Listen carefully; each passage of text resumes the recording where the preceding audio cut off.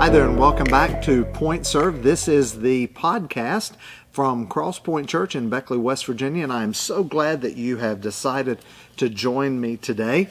And people have asked me how they can find out more about Cross Point Church and all that God is doing here. And one of the easiest ways is just to Google Beckley Cross Point, and you will find Facebook, you will find Twitter, you will find our website, you will find all kinds of things. And at the Android and Apple store, you can even go there and find some things about Cross Point Church. But Point Serve is a podcast that we're doing.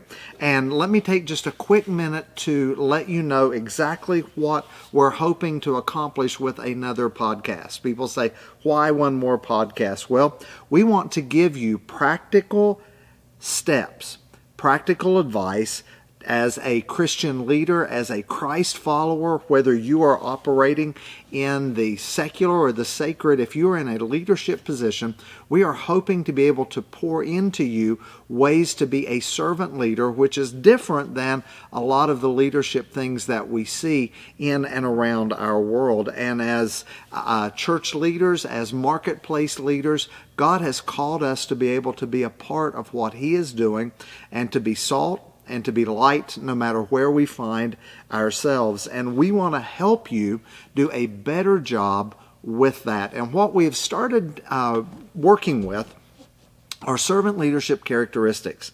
And the characteristics that we have looked at are listening, empathy, healing, awareness, persuasion, conceptualization, foresight, stewardship, growth of people, and building community.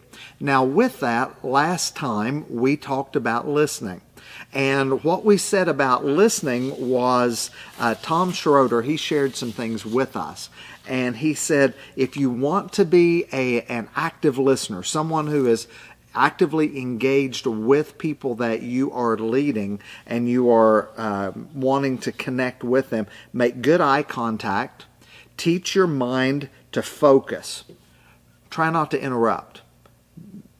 Work it out to where you are listening to what they have to say.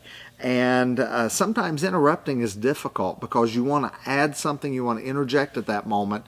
Yet as an active listener, we need to try not to do that. Remove the distractions, ask questions for clarity, and allow silence to be your friend.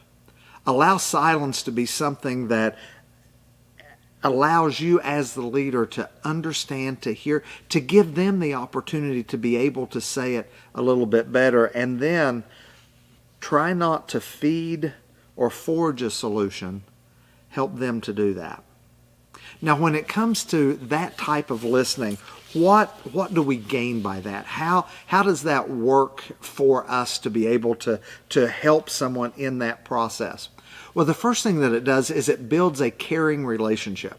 If someone feels like you are taking the time to listen to what they have to say, if they feel like you are liking them, caring about them enough to build that relationship, then they have a tendency to be able to open up more to you than what maybe they would before. And as a leader, that also makes them more willing to cooperate. Because as a leader, there are times when we need those that we are leading to be able to cooperate. Maybe they need to do something different, or they need to do something that will move the organization forward. And because you listen to where they are and you build that relationship with them, then cooperation is a whole lot easier to take place. I remember back in Newport Richey, Florida, I was a youth pastor many, many years ago. And there was a gentleman, he's in heaven today. His name was Phil Altamonte. And Phil was one of these guys that he was just against everything. It didn't matter what the church wanted to do. Let's say a tree fell on the church, and if the church voted to go ahead and cut the tree off the building, Phil would have voted no. I mean, Phil was just one of those guys who was against everything. But one thing about Phil, when you took the time to listen to him, while he maybe would have said, I don't think we need to do that, but when we decided to move forward as a body of believers, as an organization, when we decided this is what we're going to do, and we set a time to go do it, the very first person to ever show up was Phil. He was the guy that was there. He was ready with his paintbrush. He was ready with his chainsaw. He was a guy that was ready to move forward. Why is that? Because if you took the time to listen to Phil, whether you agreed with him or not really didn't matter. It's that you took the time to listen to what he had to say, and that built a caring relationship with him, and that could move Phil past, I don't think it's a good idea, to how can I cooperate? How can I move forward with that? And as a servant leader, listening is, I think, the foundation for all of the other characteristics we're going to talk about in the months ahead. I think that when we understand just how valuable that active listening is to the people around us, to hear what they're saying, and sometimes that takes work. Sometimes we have to allow silence for our mind to process, for their mind to process. Sometimes we've got to take the time just to figure it all out as we're moving through it. But when we do, as a leader, that urges cooperation by the people around us. And you say, Vondie, why does that urge cooperation by the people around you? I think it builds trust. When someone takes the time to listen to you, when they take the time to hear what you have to say, while the decisions may be something different than what we would like, or even think at times is the best thing for us to do, we still are at a place where we trust those making those decisions have at least heard my concerns. They've heard what I have to say.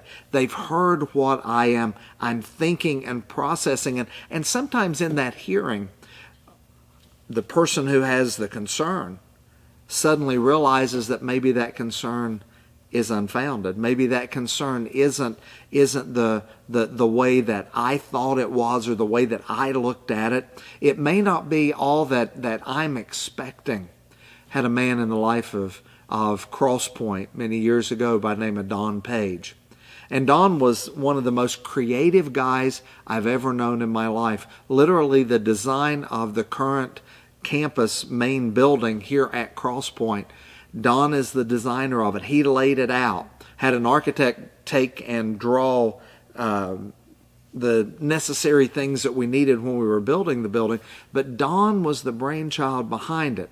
But with Don, you always had to take the time to listen, because Don had great ideas, a lot of big ideas, sometimes so big other people in the room couldn't quite grasp what he was talking about. But when you took the time with Don, you got to the place to where he was willing to cooperate, but he also trusted where we were going, trusted what God was doing. And it's in that trusted moment when, as a leader and as the people that are working side by side with that servant leader, we get to the place to where it is a shared performance. All of us know what it's like to see people who think that the show is all about them, that it's all revolving around them, and they're moving in ways, that only they understand and they know. You see, servant leadership doesn't work that way. I truly believe within the Word of God we find that our God doesn't work in a vacuum. Our God is one that moves and shares with others what He's doing. He's inviting people all around us to be able to walk with Him and to be about what He's doing. When Jesus was 12 years old in the temple and they went looking for Him, He said, "Didn't you know I had to be about my Father's business?" Well, I believe as a Christian leader, whether it is in the church world or it's in another field of endeavor, whether it's education, business, you pick out whatever you want to utilize at that moment. I truly believe that our God invites us to be about His business. And as a servant leader, that performance to accomplish those things, that performance to move those pieces together, it helps us to see and do and be what God has called us to be, because we are stronger together. I know we've heard that a lot through COVID, but as a servant leader, we allow our leadership to grow and mature based on how we are able to impart leadership to others and to share that with them. And it all starts with listening. Everything starts with listening and being that leader that hears what's being said.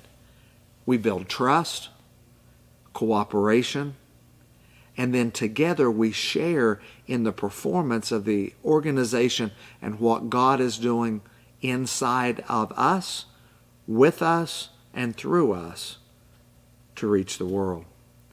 I hope that you've enjoyed Point Serve today. I hope we've gotten to the point very quickly, and so that you'll be able to take this, apply it where you are, be a better listener. Next month, we will begin the next characteristic, talking about empathy and what that looks like for a servant leader. And hopefully we can take that and then give you some practical ways to walk with it and the rationale and the reason why it is so important to be a servant leader in our world today. If you enjoyed this and you watch it on YouTube, like us. Make sure that you like us on Facebook and all the other social media that are out there. Make sure you let us know that you're there, and feel free to type something into the chat and let us know that you watched today here on Point Serve. So from Cross Point Church, Beckley, West Virginia, this is Point Serve. Have a great rest of the day.